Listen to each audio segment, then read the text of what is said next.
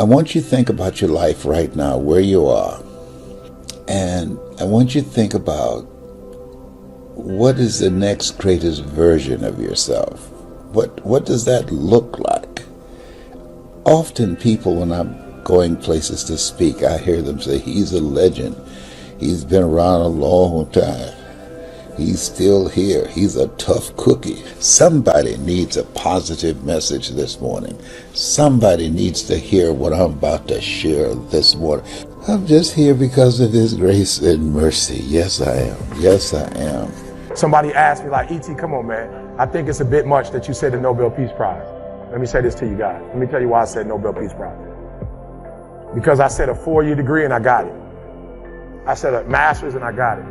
I said a PhD, and although it was difficult, we're at the end of the process. We'll finish up in a couple months. I said the Nobel Peace Prize because I don't know how long it's going to take to do it. We have to set a goal that if we hit that goal, we're guaranteed to make sure all that other stuff in the middle is going to happen. I need your appetite. So, E.T., why 3 o'clock in the morning? Why don't you sleep? My appetite. My appetite. I said, E.T., I want more. I can do more. If I accomplish this without a father, if I accomplish this with my mom being a teenage mom, if I accomplish this as a high school dropout, now that I have people like Glenn in my life, now that I have people like Bob Proctor in my life, now that I have people like John Maxwell in my life, what can I accomplish now?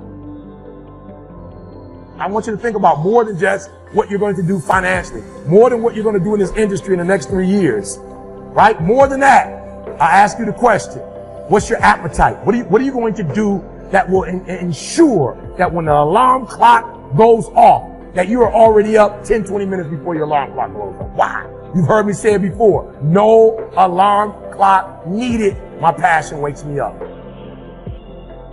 Listen to me. No alarm clock needed. When Glenn said 6 o'clock, I don't know how it happened. Jet lag and all. Went to sleep about 3 and the body just boom.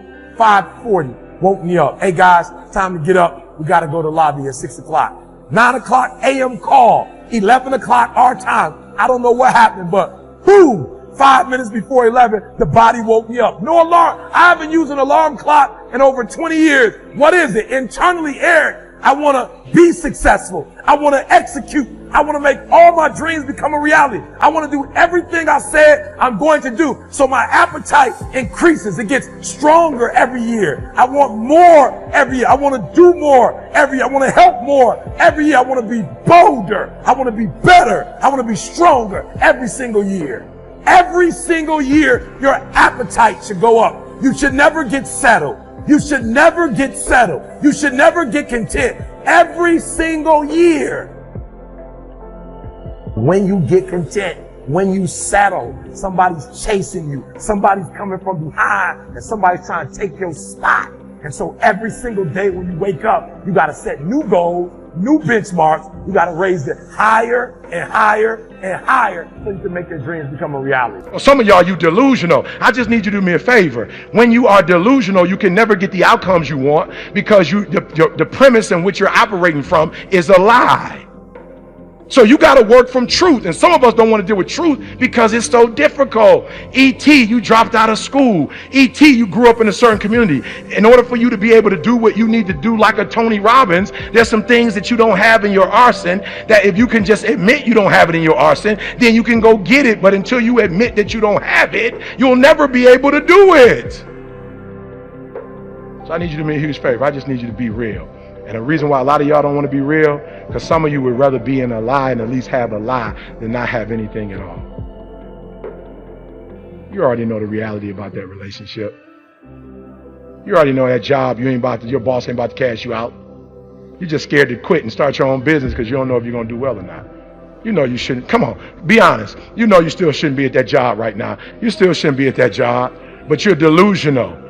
That one day is going to be your day. That one day you're going to merge your job and your calling together. And it's not going to happen.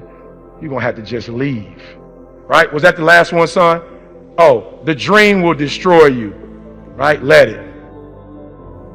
The first version of Eric Thomas would never be able to stand in front of you guys. The first version of Eric Thomas, the high school dropout, that guy would have never been able to stand here and help you. I had to destroy that Eric Thomas. That Eric Thomas that grew up in Detroit and had like that Detroit mentality, while I love it, it doesn't transfer to every community. I had to let the dream destroy you. Let it strip you. Let it remake and mold you. Don't be afraid. Some of you are afraid. Listen to me. Wherever you from, if that's where you from, if you leave, you can always come back. I promise you. I promise you, when you come back, you can get right back in the conversation. Ain't nothing gonna change. I promise you, whatever world you're from, if you go to other worlds, you can always go back to that world. Are you listening to me? Let it destroy you. So I was talking to a coach yesterday, NBA coach. I've been wanting this opportunity for my whole, for a long, long time. And coach called me, right? Let it destroy you. And my natural personality is for real, bro. I want to barter. You know, let's do it. You know what I'm saying? I give you this, you give me that. Let's barter. I ain't got to necessarily exchange money, but let's barter. So coach hit me up and was like, yo, we love to, we love to have you come to practice. We love to bring you to the games. We like to have you on the jumbo screen. We love to have you come out and the crowd meet you. I was like, that's cool, coach, but I eat now from the NBA. I could have been in any Alabama game. I ain't been to none. I don't do that, coach. I need a check. I hit C, C, I need this letter. Could you write this for me? I'm gonna send it. Destroyed me, meaning that, you know how hard it was to send that letter? Because I understood if I sent that letter, that letter was only going to do one or two things. That's what you're scared of. You scared to get to the real answer. Once I sent my man that letter, only two things going to happen. One, he going to pay me, or two, he going to say, no, thank you. That's what you're afraid of. You're afraid to get to the real answer. And yes, while it hurt, I let it destroy me, meaning what? Every time I do it, it's that much easier for me to do it. And what I had to think about was, yo, bro, if you don't want to pay me and you know what I do, then that means you looking out for you. Why? Because you getting a check. That's what I love about folk, bro. You getting a check. You making millions as a coach. If you really think I'm as good as you think I am, and you just told me what I could do for the team, if you getting a check every time they do better, then why wouldn't you give me a check and bring me in?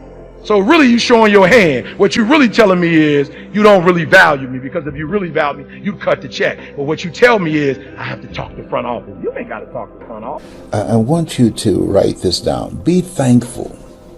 Appreciate what you have and the possibilities ahead. Be thankful. Appreciate what you have and the possibilities ahead. I want you to get into that mindset of being thankful. Every time Jesus performed a miracle, before he performed the miracle, he would always say, Father, I give thanks. He was in a spirit of giving thanks because he knew that miracle was about to happen. And there's some things in your life, things that you desire. And I want you to get up this morning in a spirit of being thankful, because you know that's going to happen. It's going to happen. Might not happen when you want it to happen, but it's going to happen when you just set up camp and reside in that place of gratitude, of being thankful. Appreciate what you want and what you have, and focus on the possibilities ahead. See, many times when we become so distracted by what we are pursuing, we miss what we have. And you got some good stuff. You got some things going for you. You got some things that's working for you that if they were out of whack, you'd be in some serious trouble. I always tell people, every day is a good day. If you don't believe it, try missing one. So be thankful. Appreciate what you have and the possibilities ahead. And as you think about living your life from a place of thanks,